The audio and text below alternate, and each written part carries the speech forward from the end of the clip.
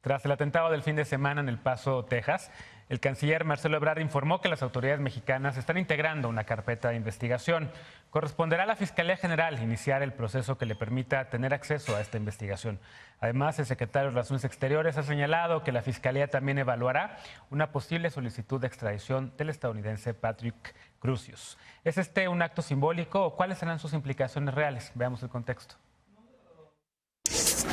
Las intenciones del gobierno mexicano de juzgar al autor de la masacre en El Paso, Texas, puede quedarse en buenas intenciones. El canciller Marcelo Ebrard anunció que interpondrá una denuncia por terrorismo contra mexicanos en Estados Unidos tras los hechos ocurridos el pasado sábado, cuando 8 personas de origen mexicano murieron. La denuncia permitirá que las autoridades mexicanas tengan acceso a las investigaciones y al juicio contra Patrick Crusius, de 21 años. Debemos garantizar que se haga justicia y se debe tener información para respaldar a las víctimas. Añadió que es indispensable participar en la investigación para valorar si hay vínculos de otras personas con el acusado y si realmente es autor del manifiesto contra invasores hispanos. El gobierno mexicano envió al estadounidense una nota diplomática solicitando una posición clara sobre los crímenes de odio. Ebrard refirió esta mañana la respuesta de Trump, que ayer por primera vez condenó el supremacismo blanco y convocó a actuar en contra del racismo. Las autoridades mexicanas también señalaron que solicitar la extradición de Crusius dependerá de la valoración que haga la Fiscalía General de la República. De concretarse, sería una solicitud inédita y, según expertos, tendría una alta posibilidad de enfrentar una respuesta negativa de las autoridades estadounidenses. Ebrard dijo también que México ha pedido tipificar los hechos como terrorismo porque así lo tipifica el Código Penal de México, aunque reconoció que es decisión de las autoridades estadounidenses considerarlo terrorismo doméstico. El tratado de extradición que existe entre ambos países establece que ninguna de las dos partes estará obligada a entregar a sus nacionales, aunque el Poder Ejecutivo de la parte requerida puede entregarlos si a su entera discreción lo estima procedente. Una decisión que difícilmente podría ser tomada por Donald Trump, que buscará reelegirse el próximo año. Punto y contrapunto. Primer tema a discutir esta noche de martes. Una noche de martes extraña porque hoy está con nosotros Lisa Sánchez, directora general de México Unido contra la Delincuencia. ¿Cómo estás, Lisa? Muy bien, muy buen martes. ¿Cómo están todos? Se campechanearon hoy también Fernanda Caso, analista y conductora de Foro TV. ¿Cómo estás, querida Fer? Muy bien, encantada de estar por acá de nuevo. Hoy sí, como cada martes y jueves, Alejandro Encinas, politólogo y simpatizante de la 4T. ¿Cómo estás, Alejandro? Bien, contento además de compartir hoy mesa, además de con Martín, con Fer y con Lisa. Y Martín Vivanco ya lo adelantó, académico y abogado. ¿Cómo estás, Martín? Bien, buenas noches. Bueno, primer tema, un tema que sin duda ha estado desde el fin de semana, desde que ocurrieron estos lamentables actos terroristas, como los ha calificado el gobierno de México allá en Texas. ¿Qué pensar, Martín, de las acciones que está tomando el gobierno mexicano, de la petición que podría hacer el gobierno a través de la Fiscalía de Extradición de este presunto, bueno, el atacante, Patrick Crusius? ¿Qué opinas de las acciones legales tomadas por el gobierno mexicano? ¿Te parecen adecuadas o serán solamente simbólicas? ¿Realmente nos van a permitir a la Fiscalía que nos metamos a las carpetas de investigación del FBI, de la CIA y todo eso? Yo creo que va a estar un poquito complicado porque jurídicamente se tienen que detonar varios supuestos que no veo cómo se puedan realmente encuadrar en las hipótesis. A ver, lo primero es que efectivamente hay un tratado de extradición, pero si uno revisa el tratado de extradición no está el delito de terrorismo. Ese es un primer punto. Lo segundo es que hay muchos convenios multilaterales que confluyen en la normativa internacional, en la cual le da a a los dos países opciones, como decía la nota, para que el extraditado no pase a México. Además, está la ley patriota en Estados Unidos, cuyo contexto jurídico, lo decía hoy Cosío con Carmen Aristegui, es mucho más propicio para juzgar a una persona por este tipo de actos, ¿no? Porque el tipo en el derecho mexicano, en el Código Penal, es mucho más estricto, allá es más amplio. Lo único que sí no me gusta a mí es que si se queda allá, por lo que leí en algunas notas, no chequé la legislación, creo que sí hay pena de muerte en Texas, ¿no? Y yo estoy totalmente en contra de la pena de muerte. Aunque hay muchos condenados también en Texas que no han todavía recibido sentencia, y hay muchos que están condenados a pena de muerte también que tampoco la están aplicando. Exacto. Entonces, a ver, ¿qué sigue? La Cancillería tiene que darle los elementos a la Fiscalía tiene que evaluar si tiene elementos a su vez para detonar todos estos instrumentos, pedirle la extradición a Estados Unidos y que Estados Unidos ceda conforme al tratado, ¿no? ¿Qué pasaría? Pues sería juzgado aquí con base en el tipo de terrorismo, Código Penal, artículo 249 creo que es, y tendría una pena que yo prefiero, en este caso, que lo juzguen aquí, porque aquí no hay pena de muerte, que lo juzguen allá. Pero como decía la nota, está muy complicado porque Trump se va a querer poner la medalla porque estamos en elecciones. Y yo creo que sí hay otras acciones en paralelo que puede tomar el gobierno mexicano que no estaría nada mal. Primero, fortalecer mucho las aduanas para no estar dependiendo de los buenos deseos de que controlen las armas allá, sino que empezar a decomisar mucho más armas en las aduanas. Segundo, fortalecer a los consulados, dotarlos de más presupuesto, porque este gobierno les bajó el presupuesto. Y tercero, yo creo que ya debemos estar plantando cara muchísimo más contundente a Trump en un discurso en donde realmente enfrentemos el discurso de odio, digamos así con sus letras, porque esto va a ir creciendo conforme se va encarneciendo la contienda electoral. Entonces yo creo que ya en vez de decir amor y paz y abrazos, yo creo que sí ya que los conciudadanos se sientan protegidos allá, tiene que ser la prioridad. La otra abogada de la mesa, Fer Caso, ¿cómo ves estas acciones? ¿También te parecen una carta de buenas intenciones? ¿Realmente tendrán peso? Yo creo que más que una carta de buenas intenciones es un mensaje simbólico muy potente, ¿no?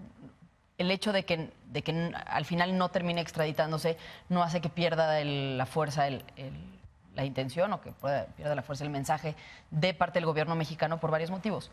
En primer lugar, porque sí le da la posibilidad de meterse a la investigación. Si México solicita la extradición, entonces tiene derecho a involucrarse en el expediente, a revisar cómo se está llevando el caso, cuáles son los delitos que se le están imputando, a proteger a las víctimas y acompañarlas en todo el proceso frente al gobierno estadounidense. Y creo que eso ya de entrada es importante.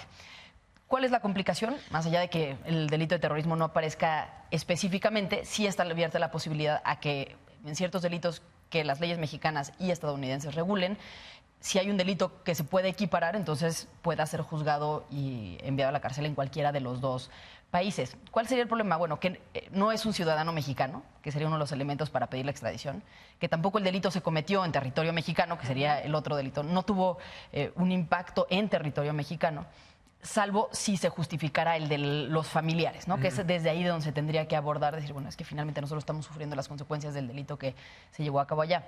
Aún así, hubo también muchos asesinatos de norteamericanos, ¿no? Que esa es la otra parte, no fueron únicamente mexicanos, entonces también ese argumento se complica. Yo creo que los estadounidenses no lo van a soltar por principios, ¿no? Ya más allá de una discusión jurídica no lo van a hacer porque además pues han demostrado en muchas ocasiones que no confían en las autoridades mexicanas para procesos judiciales. Creo, sin embargo, que la postura del gobierno mexicano ha sido importante, sobre todo porque muestra que el país está exigiendo justicia, ¿no? Que no es únicamente la voz de los ciudadanos aislados y que sí está exigiendo, mediante este mensaje, que se le baje el tono al discurso de odio. Creo que es por primera vez un mensaje por parte del gobierno mexicano exigiendo ya respeto a los ciudadanos mexicanos desde el discurso presidencial. Y yo esperaría, con Trump nunca se sabe, pero yo creo que el nivel al que llegó esta tragedia, el dolor provocado, sí va a ser un parteaguas en el mensaje de Trump. Y yo esperaría que en adelante pues viéramos un cambio radical en su discurso, y si no, sí tendría que haber, pues como dice Martín, acciones consecuentes por parte tanto del presidente de la República como del propio canciller. ¿Coincides, Lisa? De verdad es un parteaguas este mensaje. Ese ha sido uno de los temas que muchos compañeros medios han puesto a discutir. El hecho de que el presidente Trump por primera vez reconoce el tema del supremacismo blanco, reconoce el racismo en Estados Unidos. Y muchos dicen, esto podría blindar la campaña electoral en Estados Unidos para que no se hable en esos términos. ¿Tú coincides con eso?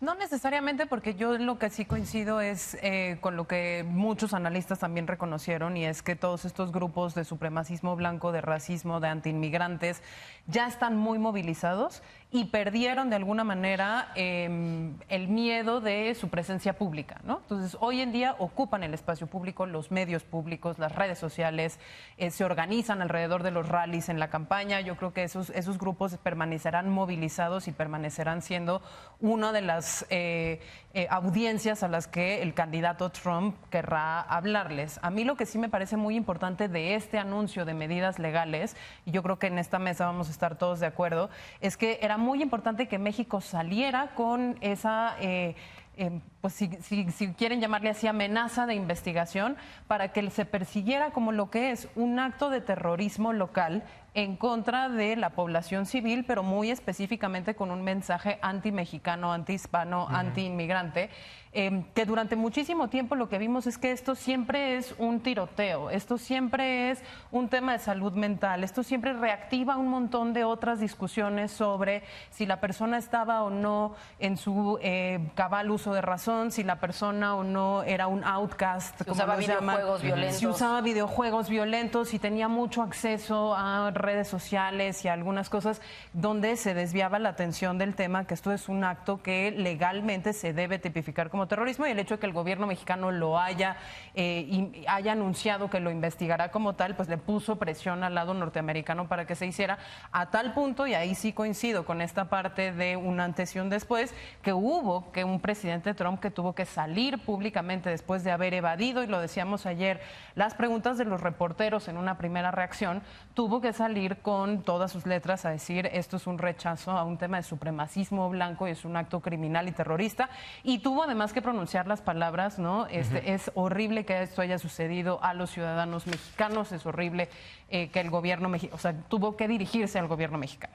De ahí a que veamos una campaña en otro tono, de ahí que veamos que la amenaza para México en temas migratorios, arancelarios, económicos, incluso del Tratado de Libre Comercio, vayan a desaparecer, la verdad es que yo creo que no, pero sí me parece que le pudo haber dado un mucho mayor aire a los demócratas, que veremos si van a aprovechar de manera correcta o no, para poder descalificar a ese candidato Trump desde pues sus posiciones de racismo que alimentan la violencia. Claro.